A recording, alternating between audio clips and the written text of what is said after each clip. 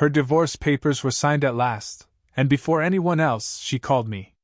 That night, I realized freedom doesn't always feel like celebration. Sometimes, it feels like needing someone to simply sit beside you in the silence. I still remember the way the phone rang that night. Not urgent, not frantic, just quiet, steady, as if she had thought a long time before finally pressing call. Her name lit up my screen, and I answered instantly. Her voice was calm, but there was a thin edge of weariness beneath it. "It's done," she said. I didn't have to ask what she meant. Her divorce had been dragging on for months, endless hearings, papers, arguments that seemed to bleed her dry. And tonight, it was finally over. She didn't ask me to come over, not directly. She never really had to. I heard the silence in her breathing, the unspoken weight in her words, and 10 minutes later, I was at her door. The porch light glowed softly against the night, and when she opened the door, she looked different. Not broken, not defeated, but drained, as if she had walked through fire and finally made it to the other side. She was still dressed in the neat clothes she must have worn to court, a dark blouse, a tailored skirt. Her hair was pinned up, though strands had fallen loose, framing her face in a way that made her look softer, younger. But her eyes, they were rimmed in red. I stepped inside without needing to be asked. The living room was dimly lit, a single lamp casting warm gold across the couch where a folded blanket and a mug already waited. She must have been sitting there for hours. I sat down beside her, close enough to let her know I was there, but not so close that it felt overwhelming. For a long while neither of us spoke. Finally she said it again, more quietly this time. "It's done." 2 small words. But they carried years of her life inside them. Years of compromise, of loneliness, of trying to hold together something that was already broken. I watched as her hands tightened around the mug she was holding. They trembled, just slightly, but enough that I noticed. And before I could stop myself, I reached across the space between us. My fingers brushed over hers, warm against the cool porcelain. A small, fleeting touch. But when she didn't pull away, I let them rest there, steadying her hands with mine. Her eyes lifted to mine, and for a heartbeat I felt everything, the exhaustion, the quiet grief, and beneath it all, a fragile kind of relief. We didn't need to speak. The silence between us was enough. In that moment, I wasn't her friend, or the younger man who always showed up when she needed a hand. I was simply the first person she trusted enough to share this with, the first to know her freedom had finally come, even if it came wrapped in sorrow. And sitting there, her hand beneath mine, I realized that this night was not just the end of something for her. It might also be the beginning of something neither of us had expected. That first night after the papers were signed, she didn't want to be alone. She didn't say it outright, but I could feel it in the way she lingered near me, in how her eyes followed when I stood up from the couch, as though she was afraid I might leave too soon. So I stayed. Her kitchen was warm and quiet, a space that smelled faintly of coffee and lemon soap. I opened her fridge, pretending to take charge of dinner like I knew what I was doing. Truth is, I didn't. But I wanted to give her something ordinary, something comforting, a distraction from the storm she had just walked through. She leaned against the counter, watching me fumble with the vegetables. "You're going to cut your hand if you keep holding the knife like that," she teased. I glanced over, grinning sheepishly. "Then you'd have to patch me up, and I'm pretty sure you're the one who needs taking care of tonight." Her smile was small, almost cautious, but it was real. It was the first time I had seen her lips curve like that in weeks. And just for a moment, the heaviness in the room lifted. We ate simply, pasta tossed with garlic and butter, a salad that looked uneven because of my uneven chopping. She laughed when I admitted I had burned the bread in the oven, and her laughter lingered in the air long after she stopped. At the table, she seemed lighter somehow. She leaned back in her chair, one elbow resting lazily on the wood, her gaze softer than it had been all day. For the first time, I saw her not as the woman weighed down by legal papers and courthouse halls, but as herself, graceful, vibrant, alive. When the meal was done, she closed her eyes briefly, like she was savoring something she hadn't felt in a long time: peace. And then, almost without thinking, I reached across the table. A strand of her hair had fallen loose from the bun she had pinned so tightly earlier. I brushed it back, tucking it gently behind her ear. My fingertips barely touched her skin, but the contact was enough to send a quiet ripple through me, and, judging by the pause in her breath, through her as well. She opened her eyes, searching mine with an expression I couldn't quite read, part gratitude, part hesitation, part something else we weren't ready to name. "I didn't realize how much I needed someone to sit with me tonight," she whispered. Her voice cracked just slightly, and that was when I understood how carefully she had been holding herself together. I didn't tell her she was strong, or brave, or that everything would be fine. She already knew all of that, even if she didn't feel it yet. Instead, I just reached out, covering her hand with mine. "No one should go through nights like this alone," I said quietly. And for the first time that evening, she didn't look like a woman defined by loss. She looked like someone who was finally, slowly, learning to breathe again. It was a few days later when the subject we'd both been avoiding finally found its way into the open. We were sitting at her dining table again, 2 mugs of tea steaming between us. The quiet hum of the refrigerator filled the pauses in our conversation. I had been telling her about a project I was working on at my job, nothing important, just something to keep the air light. But her attention had drifted, her eyes unfocused, her fingers tracing slow circles on the rim of her mug. Finally, she set it down and leaned back, exhaling like she had been carrying a thought too heavy to keep inside.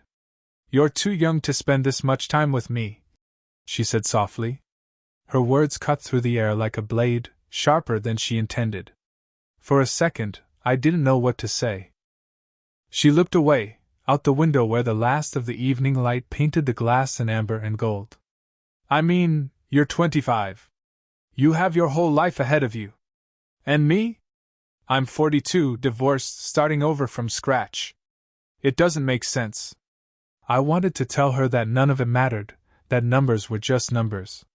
But the hesitation in her voice wasn't about logic. It was about fear of being judged, fear of being vulnerable, fear of letting someone in only to lose them again. So instead of rushing to reassure her, I listened. "You don't have to say anything," she continued, her hands now folded tightly in her lap. Sometimes I wonder what people would think if they saw us. If they knew you were here with me every night. It feels like..." She stopped, pressing her lips together. "Like I'm taking something from you." Her voice faltered, and before I could stop myself, I reached across the table. My hand found hers, warm against her cool skin. Our fingers touched lightly at first, uncertain. But she didn't move away. "You're not taking anything from me," I said, my voice steadier than I felt. "If anything, I'm the one who's grateful to be here." She turned then, her eyes meeting mine for the first time since she had spoken. There was doubt in them still, but also something softer, something that trembled between us in the silence. Her thumb brushed against my knuckle, so faintly I almost thought I imagined it. But it was real. The truth settled in me then, heavy and undeniable. This wasn't just friendship anymore. It was something deeper, something we both felt but neither of us was ready to name. The years between us loomed large, an invisible line we hadn't crossed. Yet the way her hand lingered in mine told me one thing: that line was thinner than either of us wanted to admit. And as the room grew darker, the silence filled with the steady rhythm of our breathing, I realized that this unspoken tension was no longer something we could ignore. After that night at her table, something shifted between us. We didn't talk about what had happened, about her fears, or my hand over hers, or the way her thumb had lingered against my skin. But we didn't need to. The silence itself had said enough. Instead, we found ourselves spending more time together, in small and ordinary ways that somehow felt extraordinary. On Saturday mornings, we started walking in the park near her house. The air was crisp, filled with the chatter of families, joggers, and the rustle of leaves underfoot. She walked with her hands tucked into her coat pockets, her stride graceful but unhurried. Sometimes we talked, sometimes we didn't. But the simple rhythm of walking side by side was enough. I caught myself watching her when she didn't notice, The way the breeze lifted her hair, the way her smile softened when she saw children playing, the way her eyes seemed to rest easier than they had weeks ago. She looked freer, lighter, like someone slowly remembering how to enjoy the world again. One evening, we met at a small bookstore she loved. She wandered through the aisles with an easy familiarity, her fingers grazing the spines of novels as if greeting old friends. I followed, watching her eyes light up when she found a title she adored. "You like this one?" she said, pressing a book into my hands. Her touch was brief, but my heart thudded harder than it should have. We sat in the quiet cafe attached to the store, sipping coffee as the rain tapped against the windows. Her laughter came easily that night, and when she leaned across the table to tell me a story, I noticed how close we had grown without realizing it. But the moment that stayed with me happened a week later. The sky had opened unexpectedly, pouring rain over the park as we walked. We ran for cover, laughing breathlessly as we darted beneath a tree. But the branches weren't enough, so I pulled off my jacket, holding it above us both. She pressed closer, her shoulder against my chest, her hand clutching my forearm to steady herself. I could feel the warmth of her body through the thin layers of fabric, the rise and fall of her breath against me. For a moment, everything stilled. The rain fell around us, steady and relentless, but beneath that makeshift shelter, the world seemed to pause. Her eyes lifted to mine, close, searching, uncertain. There was a softness there, something unspoken but undeniable. I thought she might say something, or maybe I would. But just as quickly she broke the gaze, her lips parting in a small, deliberate shift of subject. "We should probably head back," she murmured. And just like that, the moment passed. But as we walked home, sharing my jacket, her hand still wrapped around my arm, I couldn't shake the feeling that the space between us was no longer empty. It was alive, charged with something waiting quietly, patiently for its time. I should have seen it coming. For weeks, our time together had grown more natural, more frequent, like a rhythm neither of us had planned but both of us had quietly fallen into. Walks, quiet meals, late-night talks. I had started to believe, maybe foolishly, that this new closeness was something steady. Something we could build on. But then one evening, without warning, she pulled away. We were in her living room, a movie playing half forgotten on the TV, when she suddenly reached for the remote and muted it. The silence that followed felt heavier than the film ever had. She sat with her knees drawn up, her arms wrapped around herself, staring at the darkened screen as though the words she was about to say were reflected there. "You shouldn't be here so much," she said at last. Her tone was gentle, almost apologetic, but the words landed like a door shutting. I frowned. "Why not?" She hesitated, pressing her lips together, and then shook her head as though trying to make me understand something too complicated to put into words. "Because me leaning on you like this, it isn't fair. You're young, you're free, and you don't need to be caught up in my mess." There it was again, that word. Mess. As if her life, her history, her heartbreak, somehow made her unworthy of being seen. I felt a sharp ache in my chest. "You're not a mess," I said quietly, but she shook her head before I could say more. "You don't see it now," she whispered, "but one day you will. And I don't want you to look back and regret the time you wasted on someone like me." I almost stood up then. Almost let the sting of her words push me out the door, create the distance she seemed to want. But beneath her voice, I heard something else, not rejection, but fear. Fear of being a burden. Fear of caring too much. Fear of letting herself believe in something fragile. So I stayed. For the rest of that night, we barely spoke. The air between us was tense, every glance filled with the weight of unspoken things. When I finally left, the chill of the evening air felt easier to breathe than the silence we had shared. I told myself I should give her space. Maybe she was right. Maybe I had no place in her rebuilding life. But the truth was, no amount of logic could quiet the pull I felt toward her. And just when I had convinced myself to step back, the phone rang. Her voice trembled through the line, not strong and steady the way it usually was, but cracked and raw. "I'm sorry," she whispered. I feel guilty. For needing you. For wanting you here. I closed my eyes, steadying my own breath. You don't have to go through this alone, I told her. And in that moment, I realized, either did I. The night she called me after our fracture, her voice was softer than I'd ever heard it. Fragile, almost. I could hear the quiet catch in her breathing as she said, "Can you come over?" She didn't need to explain why. When I arrived, her house was dark except for a single lamp glowing in the corner of the living room. She was curled on the couch, wrapped in a blanket, her hair loose around her shoulders. The moment she saw me, her shoulders eased just slightly, like my presence had lifted a fraction of the weight pressing on her. I sat down beside her, the couch dipping beneath our combined weight. For a long moment neither of us spoke. The silence wasn't empty though. It was full, of everything we'd left unsaid, of every moment that had drawn us closer, of every hesitation that had held us back. She turned to me then, her knees drawn up, her eyes shimmering in the dim light. You make me feel.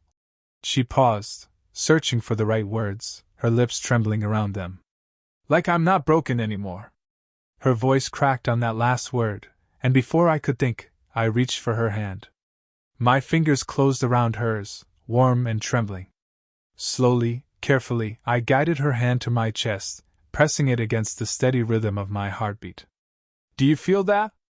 I whispered. She nodded, her breath catching. That's what you do to me, I said. You make me feel alive. Like I'm exactly where I'm supposed to be. Her eyes closed for a moment, and I felt the faintest pressure of her fingers curling into the fabric of my shirt. The air between us seemed to hum, charged with something unspoken but undeniable. When she opened her eyes again, they were wet with tears she didn't try to hide. She leaned closer, so close I could see the delicate lines at the corners of her eyes, the faint tremble of her lips. The world outside didn't exist, not the years between us, not the doubts, not the imagined whispers of what others might say. All that existed was her, sitting beside me in the quiet light, her hand pressed to my heart. For a heartbeat, I thought she might pull away. But instead she stayed. Her forehead rested lightly against mine, her breath mingling with mine in the smallest, tenderest space. Neither of us spoke. Neither of us needed to. It wasn't a declaration. It wasn't a grand confession. It was something softer, something far more fragile, a surrender. In that silence, with her hand over my chest and her head resting gently against mine, I knew we had finally crossed the invisible line that had always kept us apart. And there was no going back. Weeks passed, and slowly, life around her began to change. I saw it in the way she carried herself, no longer hunched beneath invisible weight, but upright, graceful, her steps lighter than they had been in months. She smiled more often, not the guarded, fleeting kind of smile she once gave me, but the kind that seemed to come from somewhere deep inside. One evening, she invited me to dinner with her sister. It wasn't presented as anything grand, just a simple meal, nothing more. But I understood what it meant. She was letting me step into her world, no longer keeping our closeness tucked away in quiet corners. That night, she was radiant. Not because of the dress she wore, or the way she had done her hair, but because she looked free. Her laughter filled the room, warm and effortless, and even her sister looked at her with a kind of wonder, as though she hadn't seen her shine like that in years. I stayed mostly quiet during the meal, letting them catch up, letting her exist in the fullness of herself. But every so often, her hand would brush mine beneath the table, light, fleeting touches that carried more meaning than words ever could. After her sister left, and the dishes were stacked by the sink, we carried 2 glasses of wine out onto the porch. The night air was warm, carrying the faint scent of summer flowers and freshly cut grass. We sat side by side on the steps, the world around us quiet except for the chirp of crickets. She leaned into me, her head finding its place against my shoulder, as if it had always belonged there. The weight of her felt steady, grounding, like she wasn't just leaning on me, she was choosing me. For a while, we said nothing. I simply watched the night sky stretch above us, her hand resting in mine, our fingers laced loosely together. Finally, she broke the silence. Do you ever think about how strange this all is? Her voice was soft, almost playful, but I could hear the flicker of uncertainty beneath it. I smiled faintly. Strange, maybe? But the best things usually are. She let out a quiet laugh, shaking her head against my shoulder. You always know what to say. I turned to look at her then, really look at her, the gentle curve of her face in the moonlight, the steadiness in her eyes, the quiet vulnerability that had once been hidden but now sat openly between us. Her divorce was final, I thought, the words echoing in my mind. But what mattered more was this: it wasn't just the end of something. Tonight felt like the beginning of everything. I didn't kiss her. I didn't need to. Instead, I held her hand a little tighter, letting the warmth between us speak for itself. And in that moment, beneath the soft hum of the summer night, I knew we weren't defined by what she had lost.